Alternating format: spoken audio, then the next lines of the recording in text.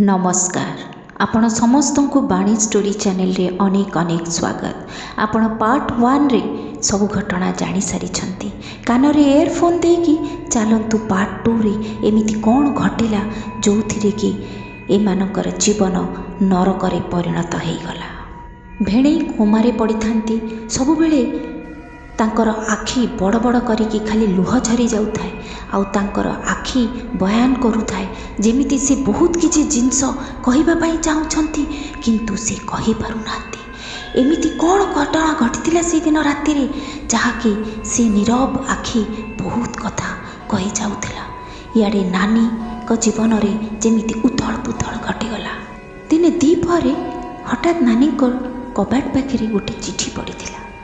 चिठीटा को खोली जेते बेले से देखिला लिखा रही तुमको बहुत शीघ्र मो पाखक नहीं जीवी, तुम बिना मते आउ भल लगुनि निरंजन। ये चिठी पढ़ी नानीर छाती चमकी उठिला। निरंजन चिठी निश्चय कई गोटे मो सहित बदमाशी करुछि। निहाती भाबरे मो शाशुघर लोक माने सब जानी जाइछंती। मो पाखरे नानी गोटे खबर पठेला। मु नानी पाखरे जाइकी उपस्थित थी। नानी मते कुंडी धरी भो भो होइकी कांदिबा आरंभ कला। देख तो जीजूर एभलिया अवस्था आ सेइथिरे एमिति गोटे बेनामी चिठी आसिकी पहुँची। पढ़िकी देखिलु। मु पढ़िकी कहली दीदी तू कौन एटा देखिनु? एइथिरे पा गोटे रक्तरे लेखा हैछि। एटा तो इंक भली लागुनी। आमे आहुरी डरी उठिलु। ए कौन एमिति चिठी? रातिरे जीजूको जगिबा पई नानी आ मु सेई रूम रे आमे सोई थाउ। हठात राति रे गोटे चढ़ चढ़ चढ़ चढ़ मड़ मड़ गोटे आवाज होची। आमे भाबुछु हुए तो राति रे बिल्ली चलुथुब बा किछि गोटे बाहरु आसुथुब, किंतु आपण विश्वास भी करिवेनी। आमे देखुछु जेजुर अधा बॉडी खट रु बाहरी शून्य रे दोहलुची। जेमिति लागुची गोड़रू तांको के गोटे भिड़ी भिड़ी टाणी टाणी खटरू टाणी के पकी दउची बा घोसारी नउची। मु अनेकी नानी नानी नानी उठ उठ देखे के गोटे सुन्नरे ताकू जीजू फिंगी दउची। नानी चमकी उठी पड़ी आमे दी जण जाक जथा बल प्रयोग चेष्टा करूछु खट उपरे भिड़िबाकू। आम बल यथेष्ट नुह। जीजू को भिड़िकी सी फिंगी देला खट बाहरे। मुंडटा पाड़ी हेकी एते जोर आघात हो गला जे तांकर आखि मुह नाक खाली रक्त बोही जाउथाए।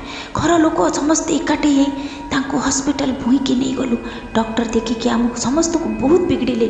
कहले जड़े ये असुस्थ लोक दीटा लोक रूम रे थाई आपण जगी पारु नांती। आज ये मरु मरु बंची अन्यथा आपण माने रूम रे जड़े दी जण जेंट्स भी जगंतु कहीं ये दी जण स्त्री लोक तांको संभाली पारु नांती।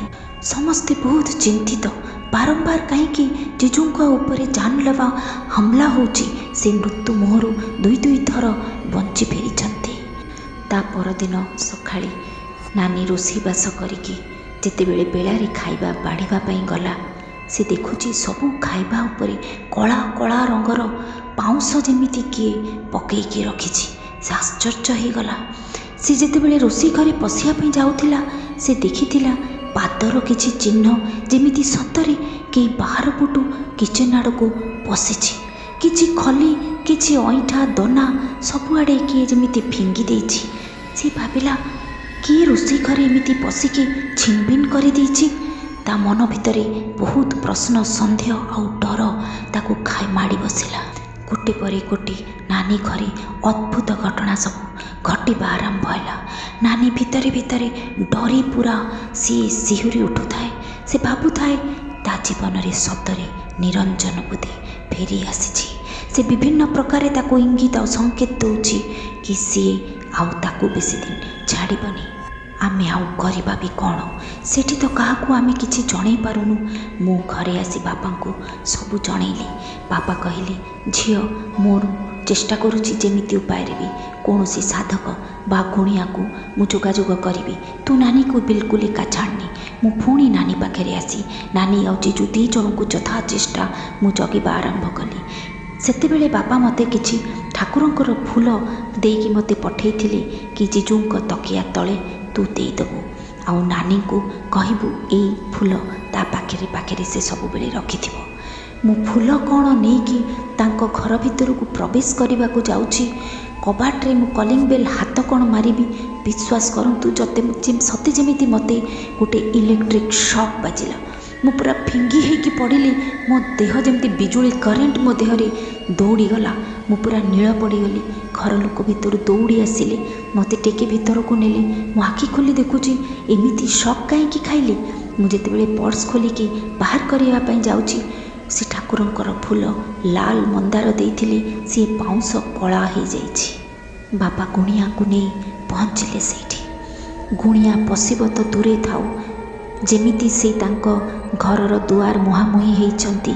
ତାଙ୍କ ଉପରେ ଏମିତି ବଡ଼ ବଡ଼ ଟେକା, ଇଟା, ବାଡ଼ି, ଛୋଟା ସବୁ ଯେମିତି ସାଏ ସାଏ ତାଙ୍କୁ ପିଟା ମାଡ଼ ଆରମ୍ଭ ହେଲା। ସେ ଗୁଣିଆ ଭିତରକୁ କ'ଣ ପ୍ରବେଶ କରିବ, ସେ ଓଲଟା ଦୌଡ଼ିବା ଆରମ୍ଭ କଲା। ସେ କହିଲା, ଆଜ୍ଞା ଏଇଠି ଯେଉଁ ପିଶାଚ ଭୂତ ବା ଯେଉଁ ବି ନେଗେଟିଭ୍ ଆତ୍ମା ଅଛି, ଇଏ ବହୁତ ଷ୍ଟ୍ରଙ୍ଗ, ଇଏ ବଦଲା ନେବା ମୁଡ଼୍ରେ ଅଛି। ଏଇଠି ଯିଏ ଯିବ ସେ ବଞ୍ଚି ଫେରିବନି। ୟା ଭିତରେ ବି ଘର ଭିତରେ ଯେଉଁମାନେ ବି ଅଛନ୍ତି କେହି ବି ସୁରକ୍ଷିତ ନାହାନ୍ତି। ଆପଣ ବି ମୋ ସହିତ ସାଙ୍ଗେ ସାଙ୍ଗେ ଫେରି ଚାଲନ୍ତୁ। ସେମାନେ ତାଙ୍କ ଘରକୁ ଫେରିଗଲେ। ରାତିରେ ନାନୀ ଟଏଲେଟ୍ ଯିବ ବୋଲି ଉଠିଛି। ବାଥରୁମ୍ ବାହାରୁ ତାକୁ କିଏ ଡାକୁଛି, ନିରୁ ନିରୁ ନିରୁ। ଏଇ ଆୱାଜ ଶୁଣି ନାନୀ ଚମକି ପଡ଼ି ବାଥରୁମ୍ରୁ ବାହାରିକି ଏପଟ ସେପଟ ଆସିକି ଖୋଜାଖୋଜି କରୁଛି। ଏଇ ନାଁରେ ତ ତାକୁ ଖାଲି ନିରଞ୍ଜନ ଡାକୁଥିଲା। ସେ ସବୁବେଳେ କୁହେ, ମୁଁ ନିରଞ୍ଜନ ଆଉ ତମେ ମୋର ନିରୁ। ସେ ବହୁତ ଭଲ ପାଇ ନାନୀକୁ ନିରୁ ନିରୁ ଡାକୁଥିଲା। ସେଇ ଆୱାଜରେ ତାକୁ କିଏ ଖୋଜୁଛି। ସେ ଚମକି ସେ ଦୌଡ଼ିକି ତା ରୁମ୍କୁ ଫେରି ଆସି ଜିଜୁକୁ ଅଣ୍ଡାଳିକି ଦେଖୁଛି, ନା ଜିଜୁ ଠିକ୍ ଅଛନ୍ତି। ସେ ଆଖିରେ ମୁହଁରେ ପାଣି ଛିଞ୍ଚି ଫ୍ୟାନ୍ଟା ଜୋରରେ ଦେଇକି ତା ଛାତି ଖାଲି ଧଡ଼ ଧଡ଼ ଧଡ଼ ଧଡ଼। ସେ ଡରରେ ସେ ଶିଉଳି ଉଠୁଥାଏ, ଶୀଘ୍ର ଥରି ଯାଉଥାଏ। ସେ ବୁଝି ଯାଇଥିଲା ମୋ ଆଖପାଖରେ ହିଁ ନିରଞ୍ଜନ ବୁଲୁଛି। ସେ ଦୌଡ଼ିକି ଆସିଲା ବେଳେ ସେ ଅନୁଭବ ବି କରୁଥିଲା ତା ପଛରେ ବି ତାକୁ କିଏ ଯେମିତି ତା ପଛରେ ଦୌଡ଼ୁଛି। ଆପଣମାନେ ଭାବିଲେ ଯାହାର ମାନସିକ ଅବସ୍ଥା ଏମିତି, ପ୍ରତ୍ୟେକ ମୁହୂର୍ତ୍ତରେ ସେ ମରିବାକୁ ଡରୁଛି, ତାକୁ କିଏ ଯେମିତି ଫଲୋ କରୁଛି, କିଏ ତାକୁ ଗୋଡ଼ଉଛି। ସିଏ ଆଉ କେହି ନୁହେଁ, ସେ ନିରଞ୍ଜନ। ଏମିତି ମାନସିକ ଅବସ୍ଥାରେ ସେ ଆଉ କେତେଦିନ ବଞ୍ଚିପାରିବ? କେତେଦିନ ଏଭଳିଆ ସେ ବିପଦକୁ ସମ୍ମୁଖୀନ ହୋଇପାରିବ? ନିରୁ ହଠାତ୍ ଆଖିଟା ଖୋଲିକି ଦେଖୁଛି, ଯେମିତି ତା ସାମ୍ନାରେ କିଏ ଗୋଟେ ଚକା ମାଡ଼ି ତାକୁ ଅନେଇକି ବସିଛି। ଦେଖା କିଛି ଯାଉନି, ଏଟା ଅନୁଭବ ମାତ୍ର। ସିଏ ସାମ୍ନାରେ ହାତଟା ବୁଲେଇକି ଦେଖୁଛି, ଏଟା କ'ଣ? ହାତ ତ ଆର ପାର ହେଇଯାଉଛି। ଏଟା ଗୋଟେ ଛାଇ, ଏଟା ମୋର ଅନୁଭବ। ମୋ ଆଖିରେ ଦେଖୁଛି ମୋ ସାମ୍ନାରେ କିଏ ଜଣେ ବସି ରହିଛି, ଅଥଚ ମୁଁ ତାକୁ ଛୁଇଁ ପାରୁନି, ମୁଁ ତାକୁ ଧରି ପାରୁନି। ଅନୁଭବ କରୁଛି ସେ ମୋତେ ଅନେଇ ଖାଲି ହସୁଛି। ଆହୁରି ଡରି ନାନୀ କାନ୍ଥରେ ସେ ଡେରିକି ମିଶି ଯାଉଛି। ସେ ଥରେ ଥରେ ମୋତେ ଇଶାରାରେ ଡାକୁଛି। ହଠାତ୍ ମୁଁ ତା ଆଡ଼କୁ ନିଦରୁ ଉଠି ବସି ଧଡ଼ ଧଡ଼ ଆୱାଜ ଶୁଣିକି ନାନୀ ଆଡ଼କୁ ଅନେଇ ଦେଲି। ନାନୀ ଖାଲି ଥରୁଛି, ଇଶାରାରେ ମୋତେ କହୁଛି ଠାରିକି, ଦେଖ ମୋ ସାମ୍ନାରେ ବୋଧେ କେହି ଅଛି। ମୁଁ ଖଟରୁ ଡେଇଁ ପଡ଼ିକି ନାନୀକୁ ଆସି ଚାପୁଡ଼ି ଧରି ହଲେଇ ଦେଲାରୁ ନାନୀ ଗଁ ଗଁ ଗଁ ଗଁ ହେଉଥିଲା, ବୋଧେ କିଛି ବିଳବିଳ ହେଉଥିଲା। କ'ଣ ହେଲା ନାନୀ, କ'ଣ? ସେ ମୋତେ କହିଲା, ଏଇଆ ମୋ ସହିତ ଘଟିଲା। ଦୁଇ ଭଉଣୀ ଡରି ଥରି ରାତିରେ ଆମେ ଶୋଇପଡ଼ିଲୁ। ହଠାତ୍ ବହୁତ ଜୋର ଡର ଯୋଗୁଁ ଶୋଷ ଲାଗିଲା। ପାଣି ପିଇବା ପାଇଁ ଉଠିଛି, ଦେଖୁଛି ଜିଜୁଙ୍କ ମୁହଁ ଉପରେ ଗୋଟେ ତକିଆ କିଏ ବୋଧେ ମାଡ଼ି ଧରିଛି। ଦେଖିବାକୁ ପାଉନି କିଏ, ଶୂନରେ ଗୋଟେ ମୁହଁ ଉପରେ ତକିଆ ପଡ଼ିଛି। ମୁଁ ଦୌଡ଼ି ଯାଇକି ଭିଡ଼ିକି ତକିଆଟା ଘୁଞ୍ଚେଇଲା ବେଳକୁ ଯେମିତି ଲାଗୁଛି କିଏ ଗୋଟେ ଠାସିକି ଧରିଛି। ମୁଁ କାହାକୁ ଦେଖିବାକୁ ପାଉନି, କିନ୍ତୁ ବଳ ପ୍ରୟୋଗ କରିକି ଯେମିତି କିଏ ଗୋଟେ ଠାସିକି ତାଙ୍କ ନିଶ୍ୱାସ ଅଟକିବା ପାଇଁ ଚେଷ୍ଟା କରୁଛି। ଭିଡ଼ା ଭିଡ଼ିରେ ମୁଁ ଫିଙ୍ଗି ହେଇକି ପଡ଼ିଲି। କିଛି ସମୟ ପରେ ଦେଖିଲି ତକିଆଟା ବି ମନକୁ ଛିଣ୍ଡି ହେଇକି ପଡ଼ିଲା।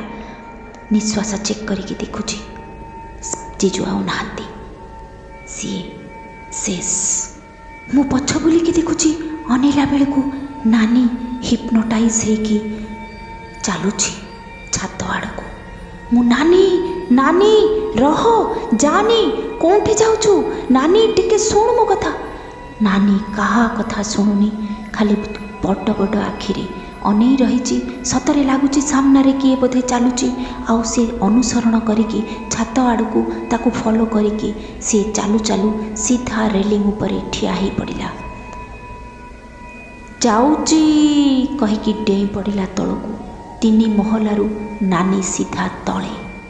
ଦେଖିକି ମୁଁ ଯାହା ଅନୁଭବ କଲି, ହେଇପାରେ ନିରଞ୍ଜନ ଭାଇ ତାକୁ ଡାକିକି ତା ପାଖକୁ ନେଇକି ଚାଲିଗଲା। ଏହା ଶୁଣିକି ଆପଣଙ୍କୁ ବିଶ୍ୱାସ ହେଉନଥିବ, କିନ୍ତୁ ଏହା ଗୋଟେ ସତ ଅନୁଭବ। ଘଟିଥିବା ଏହି ସତ ଅନୁଭବଟିକୁ ଆପଣମାନଙ୍କ ସହିତ ମୁଁ ସେୟାର କଲି। ଲାଇକ୍ କରନ୍ତୁ, ସେୟାର କରନ୍ତୁ, ସବସ୍କ୍ରାଇବ୍ କରନ୍ତୁ। ନମସ୍କାର।